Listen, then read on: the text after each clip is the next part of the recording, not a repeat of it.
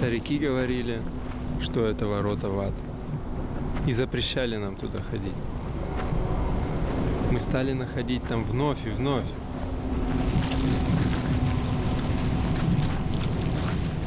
Но многие из нас не знали, что это такое.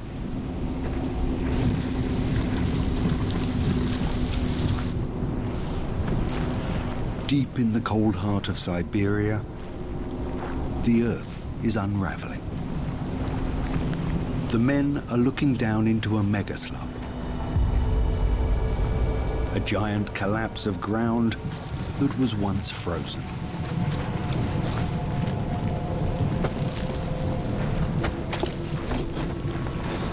A disturbing sound emerges from the deep. It is the sound of climate change.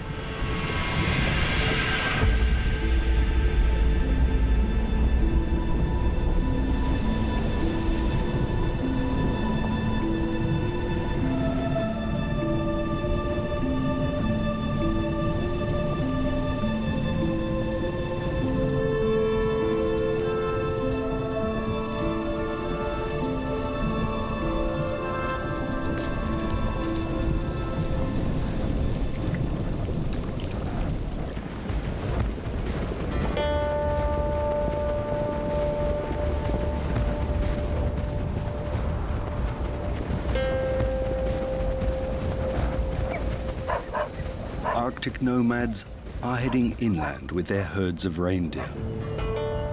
The Nenets' coastal pastures are buried under snow.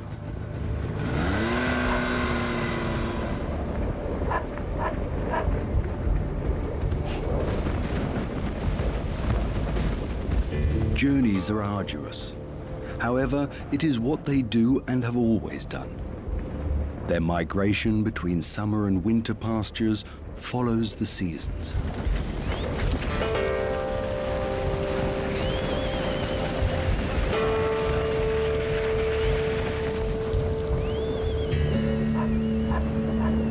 At the banks of Russia's Ob River, everything comes to a sudden standstill.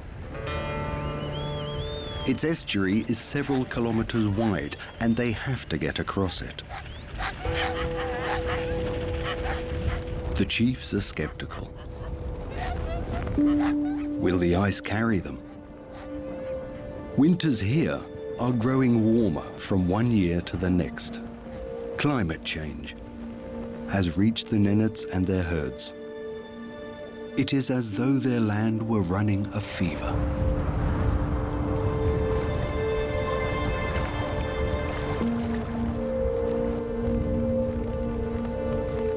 Leonid Serateto is the most experienced member of the clan.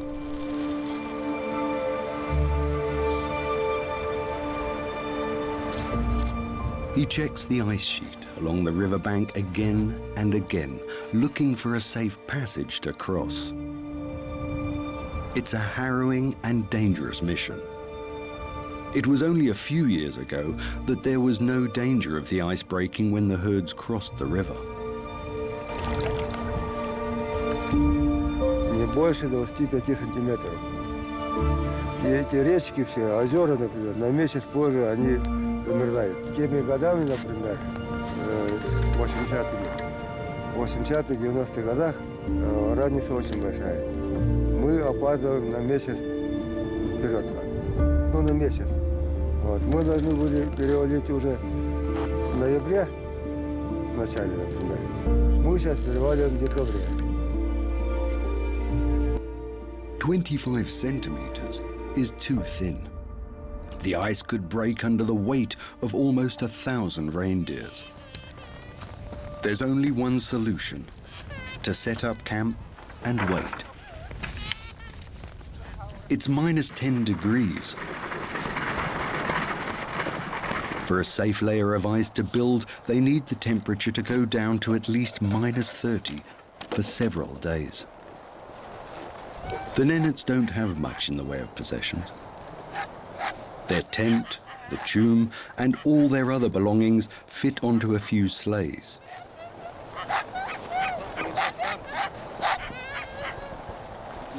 Alexander Volkovitsky has been conducting research on the life of the Nenets for many years.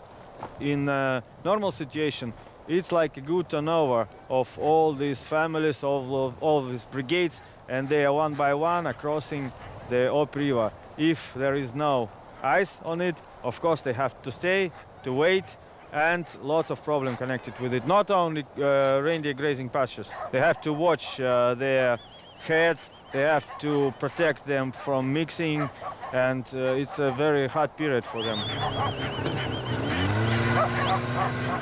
New groups arrive and join the people waiting.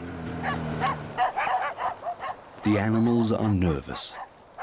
For several hours, the men try to restore order and separate the herds.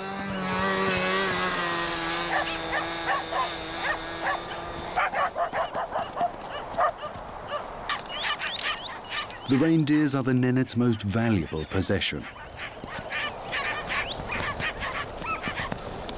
They are the family's life insurance.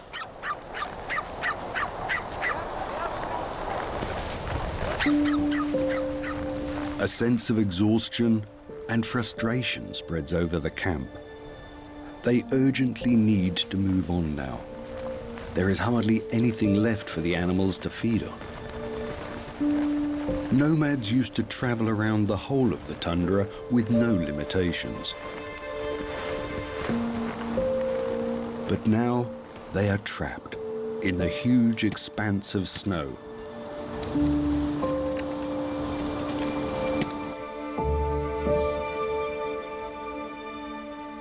Раньше, вот 80-е годы, морозы стояли в ноябре уже, 30 градусов и все такое.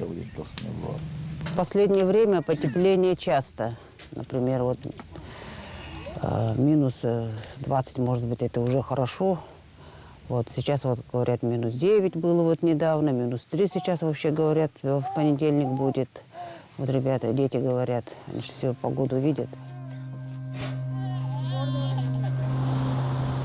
Changes in Arctic Russia has put the international scientific community into a state of high alert.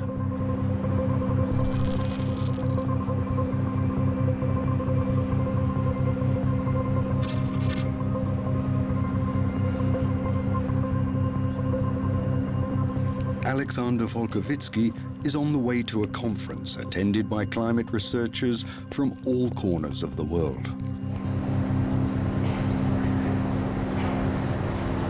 We usually think about reindeer, but of course rodents. The frozen ground of Siberia, the permafrost, is essential to the understanding of climate change as a whole. Ecosystem, yeah. We'll expect Almost half of the entire North Polar region belongs to Russia.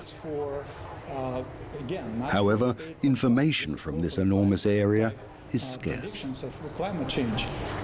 Siberia is very important for permafrost research because more than half of the permafrost is in Siberia, and any conclusions or understanding what permafrost, how permafrost is changing now, will be not complete without information from Siberia.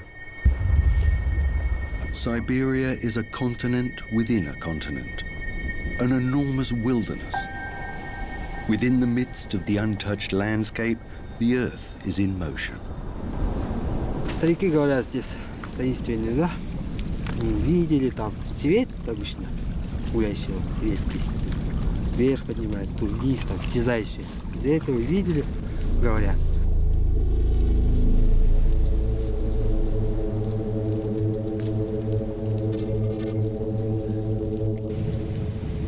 A huge abyss has opened up, a crater over a kilometer long.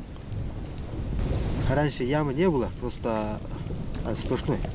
С трещины пошла вода, и это промыл, и полностью из лёда. The two men are bone hunters, Siberia's soldiers of fortune.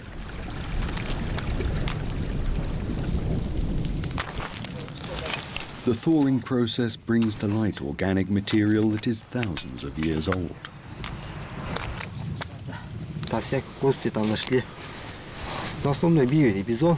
Носорога пока неизвестно, но говорят, один раз нашли. Сейчас никто не нашел до этого. носорога, а только бивень. Вот так.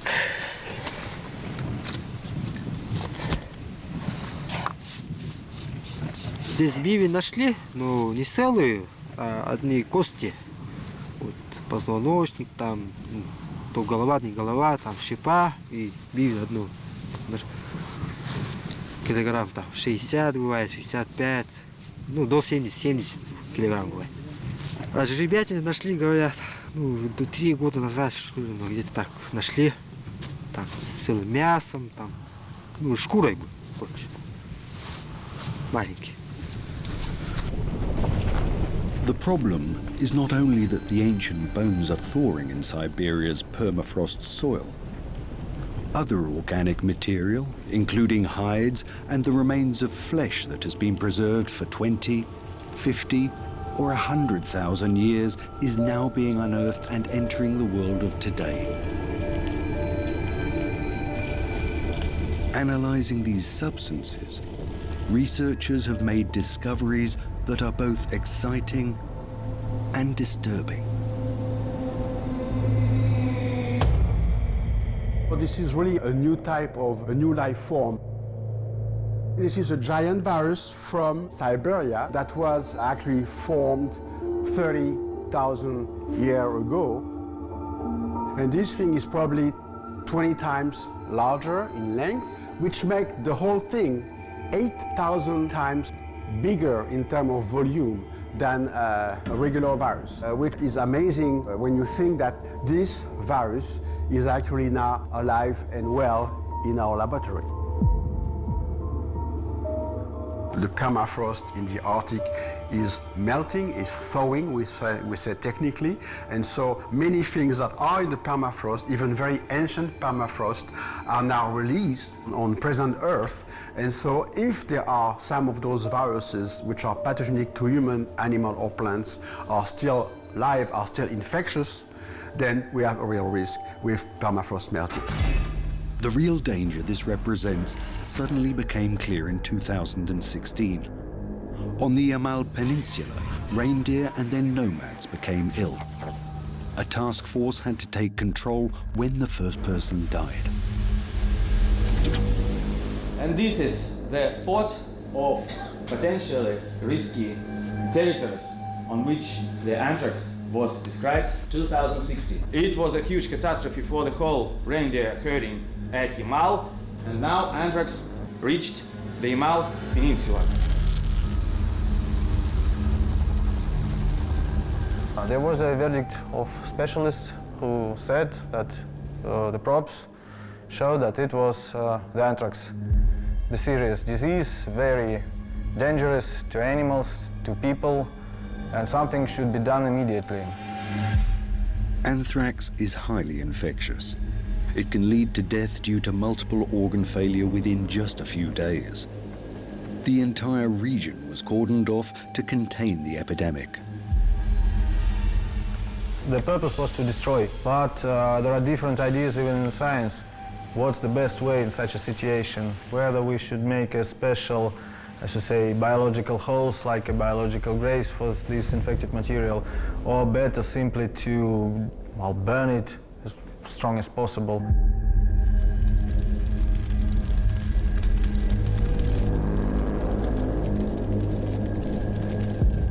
A year later, in 2017, they made special probe on a certain place of burning over a certain carcass of infected reindeer. And the analysis showed that we have a very high concentration of the spores, active spores of anthrax on that place. So we may say for sure that this area of tundra is infected, and of course there is, well, it is closed now. However, this is only the beginning. But now we are totally changing dimensions here, because now we are talking about 35,000 years, and those are viruses. With viruses, and especially new viruses, you know, when you have the flu or when you get any kind of disease that is a viral disease, it's more difficult to treat. And so for some of them, we don't have any treatment, okay? So now we have a problem which is 35,000 years old. We don't know what was there. That was Neanderthal. that was other people there, that was other animals, so we don't know which kind of species this virus was actually infecting, okay? And also this virus could be totally unknown. Okay. The risk is we are totally confronted to new viruses, we know nothing about it, and also very old virus for which our immune system, for example, has absolutely no protection because our species has never seen this kind of virus before. The hazards that emerge from the ice are very real. Arctic warming is progressing at a much faster pace than originally ever conceived.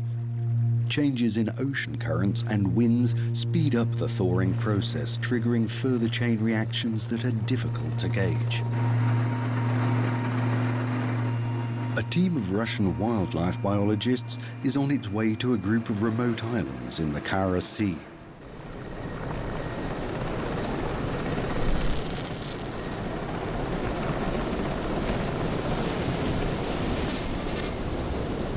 Arctic wildlife often responds quickly to environmental changes, providing an early warning that something is wrong. And there is something wrong with the ivory gulls on Uidinenia Island.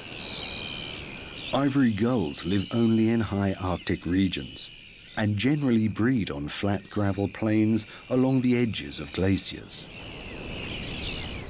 For years, Maria Gavrillo and her team have been mapping all the breeding colonies.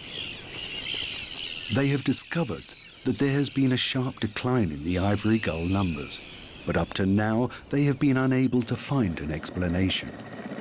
The biologists examine all known breeding sites on the islands of the Arctic Ocean. It is a massive undertaking in this vast Arctic wilderness. Many colonies have been deserted, like this one near an old weather station. The scientists find that although the colony has significantly diminished, there are still a few gulls left.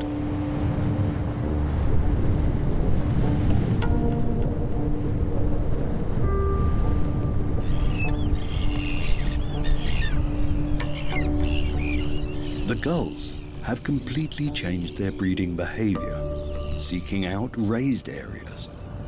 Ground breeders have become roof breeders. As far as anyone knows, the birds have never behaved like this before. The scientists wonder whether the gulls would still be breeding in this area if the deserted buildings hadn't been there.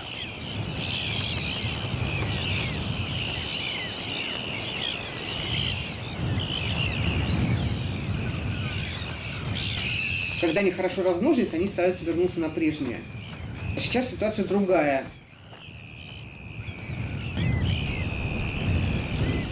Maria has a hunch. It seems to her that the gulls are probably avoiding predators. Медведи, как, опять же, все уже знают, страдают сильно от сокращения летней площади льдов. И раннее освобождение, раннее очищение от льдов заставляет большую часть популяции оставаться. Вот, и тут уже начинает мести все, что попало. И придя в колонию, где у него 2000 гнезд, он, конечно, вот тут он эти 2000 гнезд все и съест. Если это происходит из года в год, вот тут уже терпение заканчивается, и птица начинает искать новое место. И похоже, что вот эти большие колонии стали распадаться, потому что птицы распределились куда-то в места, недоступные для белого медведя. The shrinkage of sea ice is evidently making one species push another towards extinction as it fights for survival.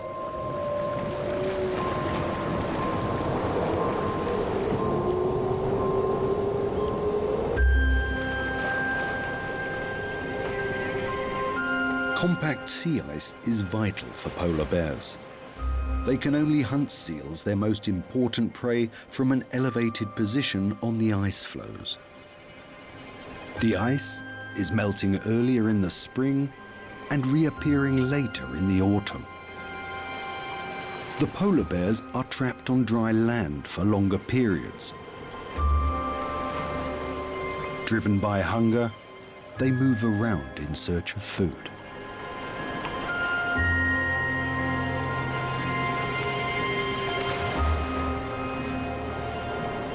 Gull eggs and fledglings are far too low energy for polar bears, but if there is no alternative, ground breeders are a welcome prey.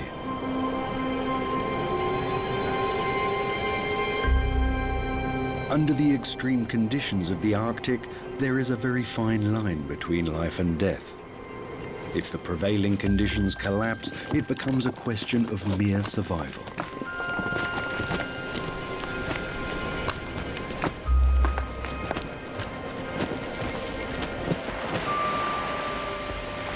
Individual bears somehow manage to survive until the sea ice reappears.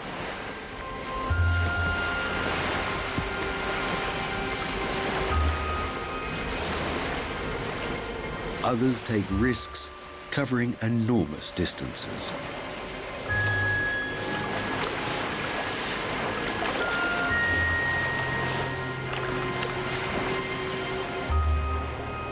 Turning up in places where they have never ventured before.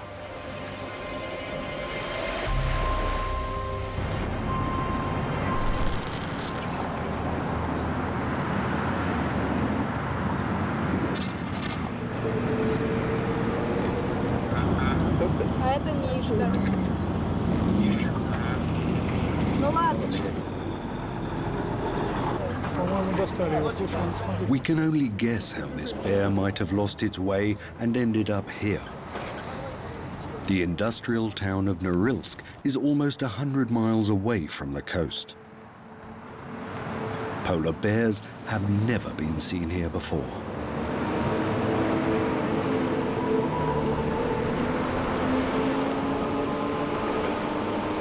In the summer of 2019, the bear wandered around the Russian mining town for days. The animal was emaciated and exhausted.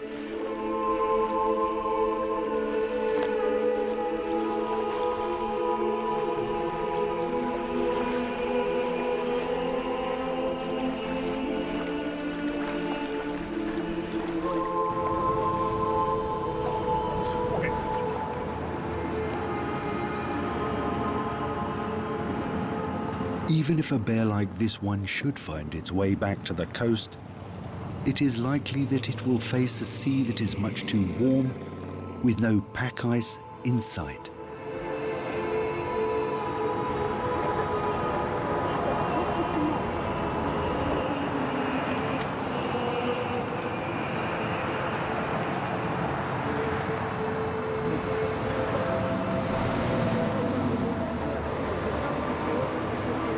Caught between two worlds, it has little chance of survival in either.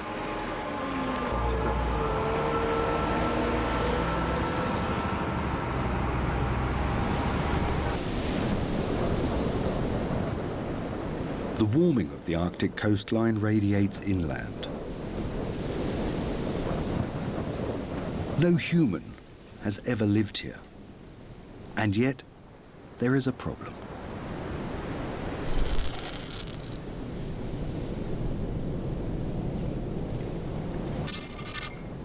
The canyons of Puturana are located on a main migration route for wild reindeer. Russia's largest herds once passed along here twice a year. They headed north to the tundra in summer and then back to the taiga in the late autumn. Reindeer have migrated along these frozen valley floors for thousands of years. However, the rivers are melting earlier and earlier, from year to year.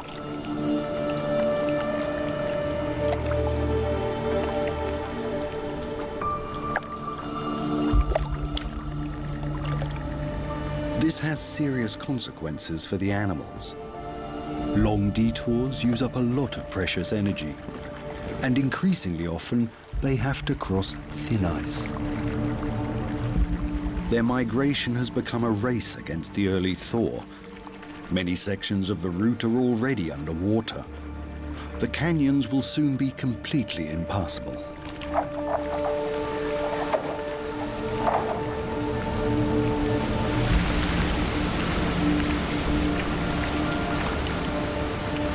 When Puturana thaws, it is a force to be reckoned with.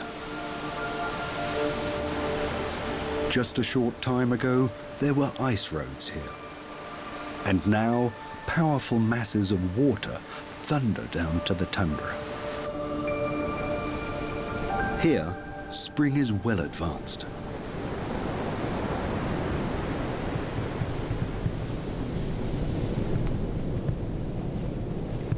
The herds reach the plains exhausted from the many detours they have taken. They have lost precious time. Many of the females have already given birth to young. But the summer pastures are still hundreds of kilometers away.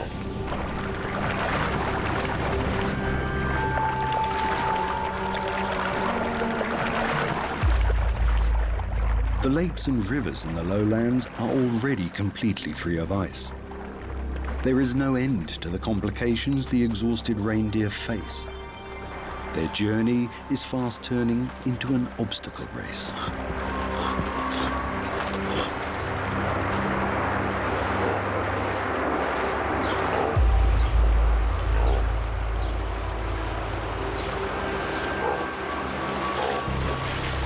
In a normal year, most offspring will make this trip in the safety of the womb.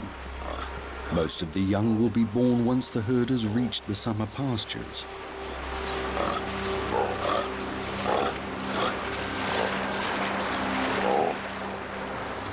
Patterns of reindeer migration that have developed over thousands of years are being thrown off balance. Regardless, the reindeer's instinct drives them ever onwards. Old survival strategies suddenly lead them headlong into danger.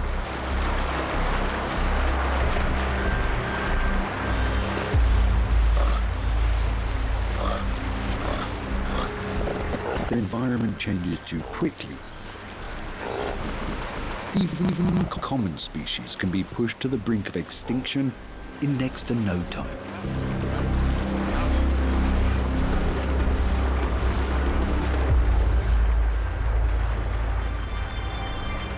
The Arctic seasons are losing their equilibrium.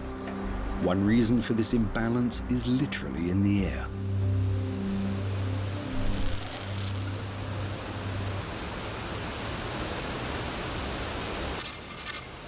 Siberia is considered to be the green lung of the north. Yakutia large forest alone absorbs a large proportion of global carbon dioxide emissions and produces oxygen. Yakutia is a very special place for the permafrost. In the worldwide point of view, here is a very continuous permafrost and a very deep permafrost. The active soil layer is ice-free in the summer, and the tree roots are shallow. We are measuring the soil structure profile in the active layer, and we also measuring soil temperature. Using this method, the Japanese team now records the humidity of the woodland soil.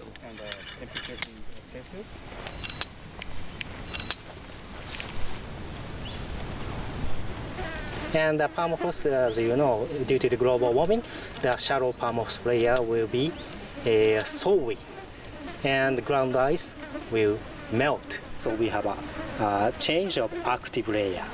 And soil moisture content in the active layer, we don't know in future whether the drier active layer will be drier or wetter.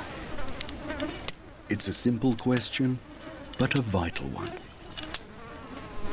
If we compare the data set from in previous year or previous 10 years data, then we found the active layer depths getting deeper and deeper, and the shallow soil layer becoming warmer and warmer. Like an enormous sponge, taiga soils retain huge amounts of moisture during the summer months. If they dry out, they lose their storage capacity. And if, on top of this, there is no rain, the water balance of the whole region will be in serious trouble.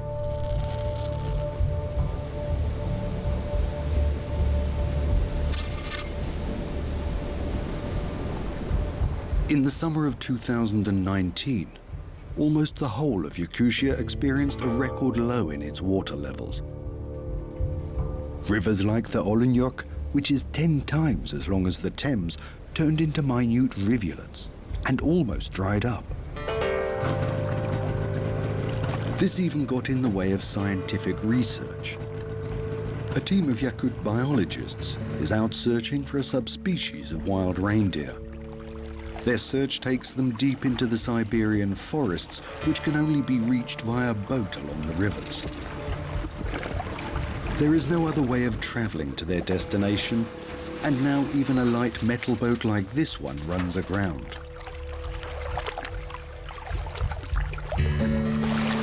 The only way to proceed is on foot, using muscle power. The men's goal is to fit satellite collars to forest reindeer. These subspecies live in the central Siberian taiga.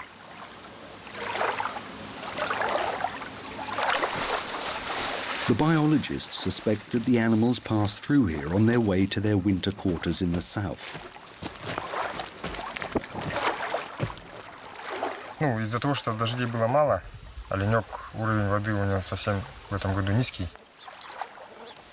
И получается, по всей длине оленька много перекатов, ну и олень может просто перебежать. А здесь наиболее глубокое место, просматриваемость хорошая, то есть и в ту сторону, и в эту сторону. A waiting game in the Siberian summer. Forest reindeer move in smaller groups than their relatives in the north. The animals usually cross the river alone. Wild forest reindeer do not live in the open country and therefore are more difficult to spot.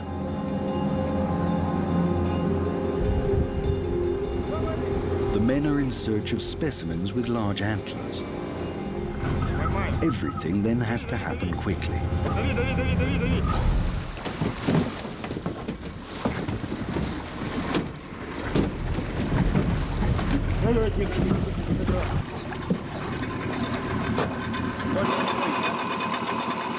Their method may seem a little rough, but it works. Every move is perfect. They screw the collar together at the ends, but it has a predetermined breaking point. It will fall off on its own after about a year.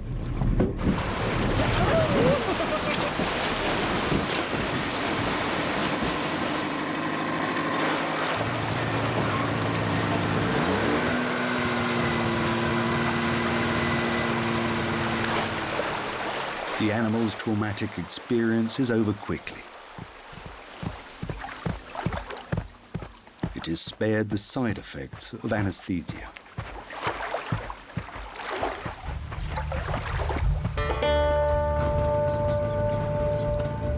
In spite of a few isolated successes, the biologists are unable to complete their mission. The extremely low water level prevents them from continuing their search. Researchers whose work could help determine the effects of climate change are being held up by the effects themselves.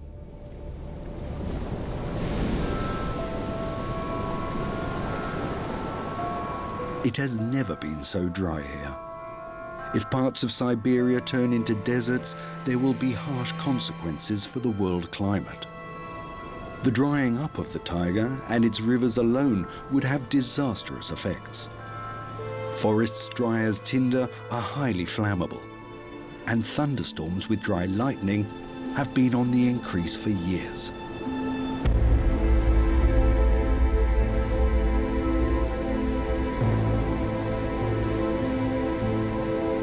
In the summer of 2019, Siberia went down under gigantic clouds of smoke. The fires spread rapidly.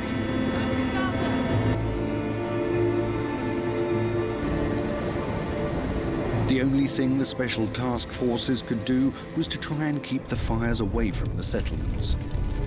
The fire sources spread over an area as large as Australia. A situation like this is beyond all control.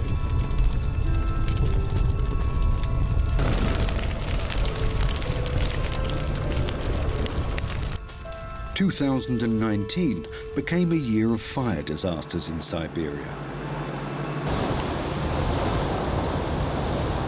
Over 5 million hectares of forests were in flames, more than ever has been recorded. Any attempt to extinguish the fire in this enormous area was like a mere drop in the ocean.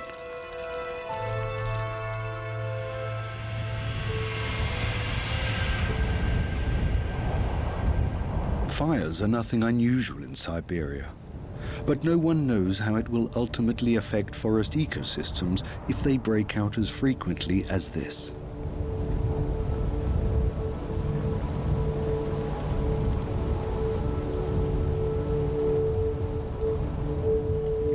The effects for the climate are indeterminable. While central Siberia buckles under forest fires, the cold steppes around the Arctic Circle are receiving more precipitation than they used to.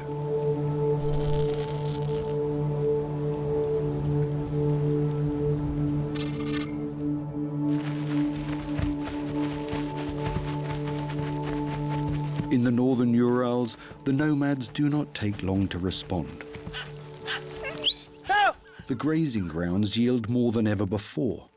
They delay their departure to their winter quarters by several weeks. The longer the animals can feed here, the better they will withstand the winter.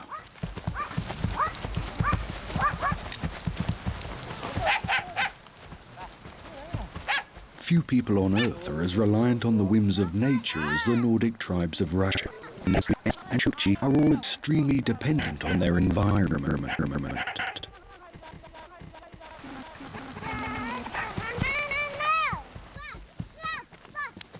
They barely think of anything as abstract as the climate. What counts for them is the weather on a daily basis.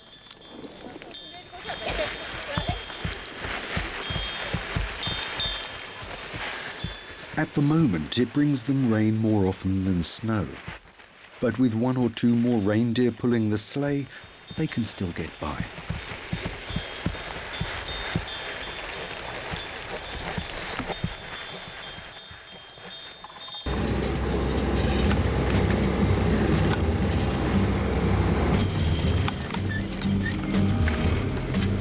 Yuri is Russian and a trained geologist. There is hardly anyone who knows the polar Urals better than he does. He gave up his job in science. He can no longer earn a living from his former special subject, the frozen soil patterns of the mountain tundra.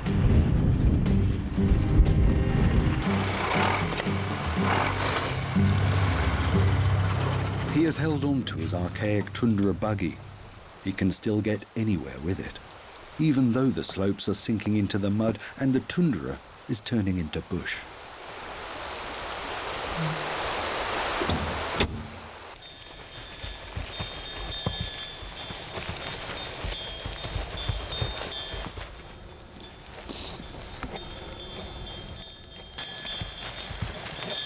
For the Nenets, Yuri is a link to the outside world. They meet up every couple of weeks for a little exchange in the middle of nowhere.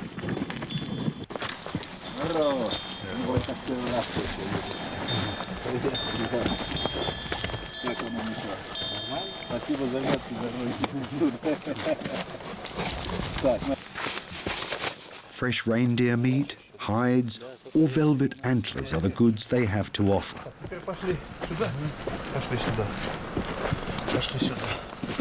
In exchange, they receive useful sustenance to take the edge off the arduous life of a shepherd. Yuri has lived in the Arctic Circle for over 40 years. Although he no longer works as a geologist, he witnesses climate change in a way that few other people can. The appearance of the Arctic is changing right before his very eyes. Все течет, все меняется. Вот. Речки стали мелеть, менять русло. Не хватает снежников. Некоторые снежники вообще растаяли, потому что раньше они были, мы ездили, их видели все лето, то сейчас только пятна от них остались, и все. Природа позволяет вырасти более высоким растениям. Появились новые растения.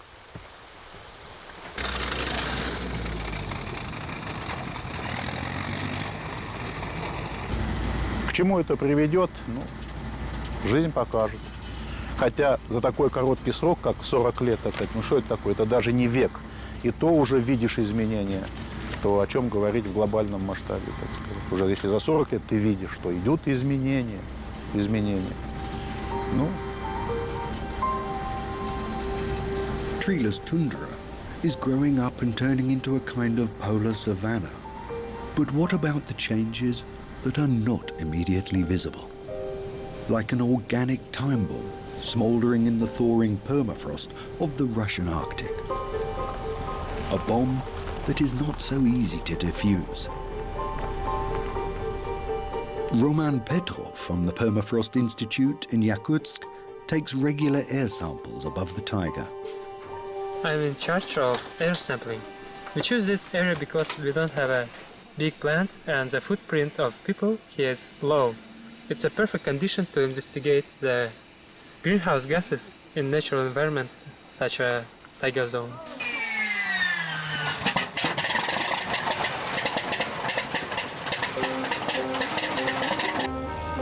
The researcher flies over the test region several times a year. Here, far away from any industrial emissions, one would expect the atmosphere to have a largely natural composition.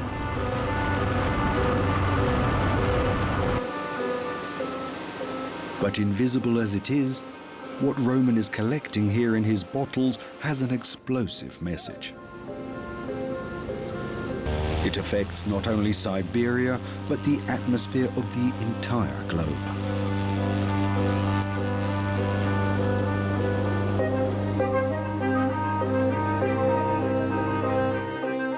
So far, we figure out that concentration of greenhouse gases is rising due to the permafrost degradation. Especially in case of tundra, we can see that concentration of greenhouse gases like carbon dioxide, methane is rising every year. Siberia's permafrost consists of organic layers from many thousands of years of the Earth's history.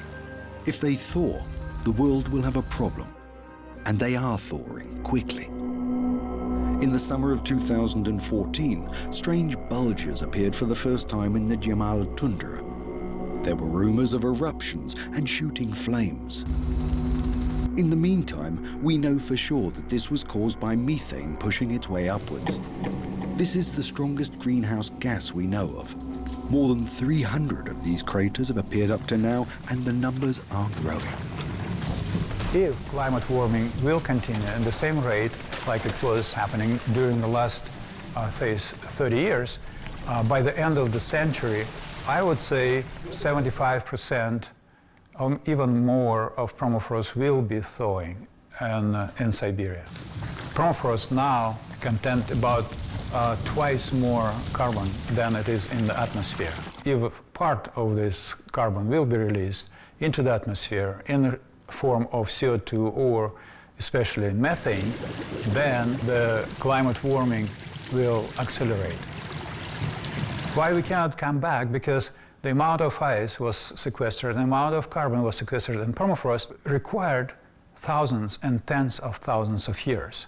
So everything melting now, ice, and releasing organic material is, you cannot put it back in, say, 100 years of time frame. It will need new ice age to put all this material back. So too long for humans.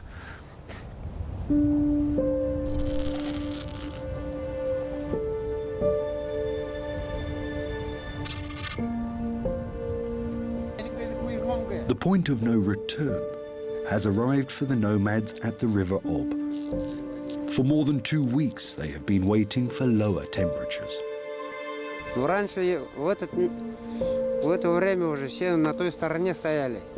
Температуру тогда стояли минус 40, 35.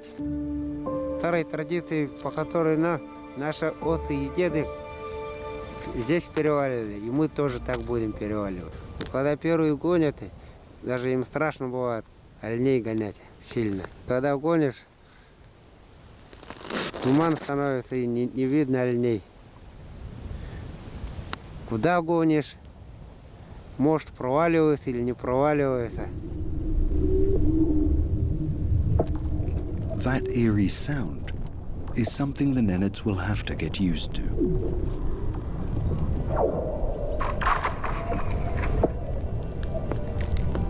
Finally, they dare to make a move. They drive their reindeer onto the thin ice.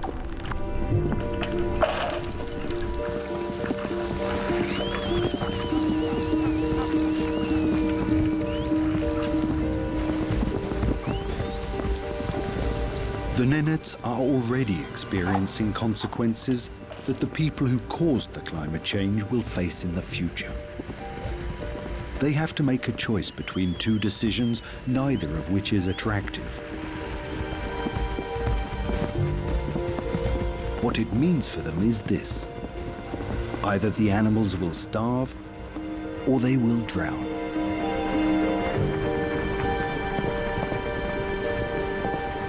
The herd feels its way along the banks. Here the ice is solid right through to the riverbed, so there is no danger of it breaking. The time has come. Upon a signal, they turn onto the river. As Kudi predicted, the herd fades into the twilight of the polar night.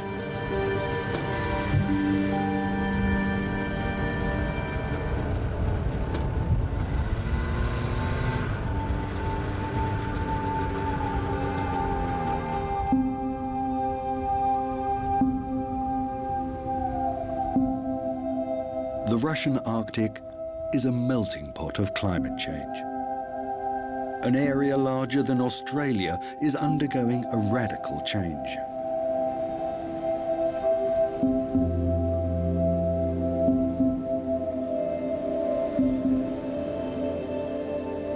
It is thawing on the land, in the sea, and deep down in the earth. Currently, scientists only understand selected phenomena. The metabolism of this huge Arctic organism is too complex.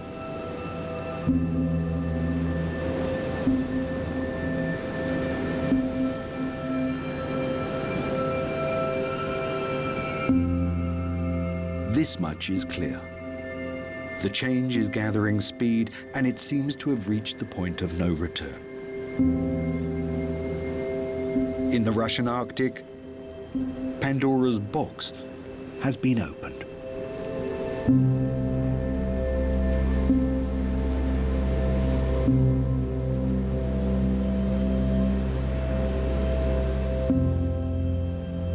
The inhabitants, both humans and animals, are already up to their necks in water. But not all of them see themselves as being on the losing side.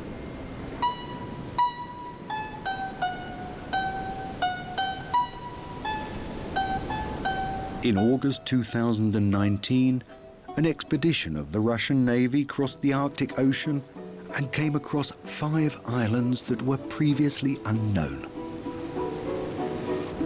Freshly thawed virgin territory. It was buried under the glaciers for thousands of years.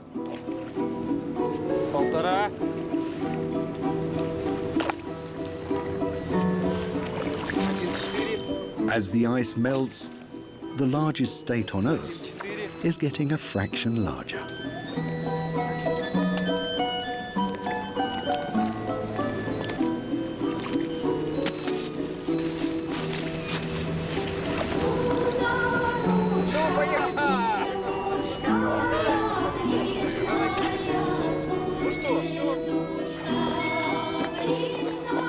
No human being has ever set foot on this land before.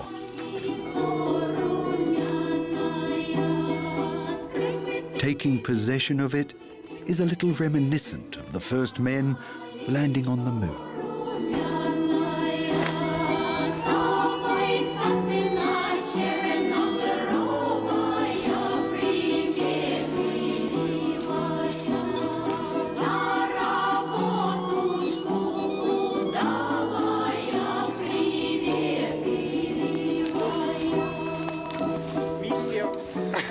Mission complete. Все.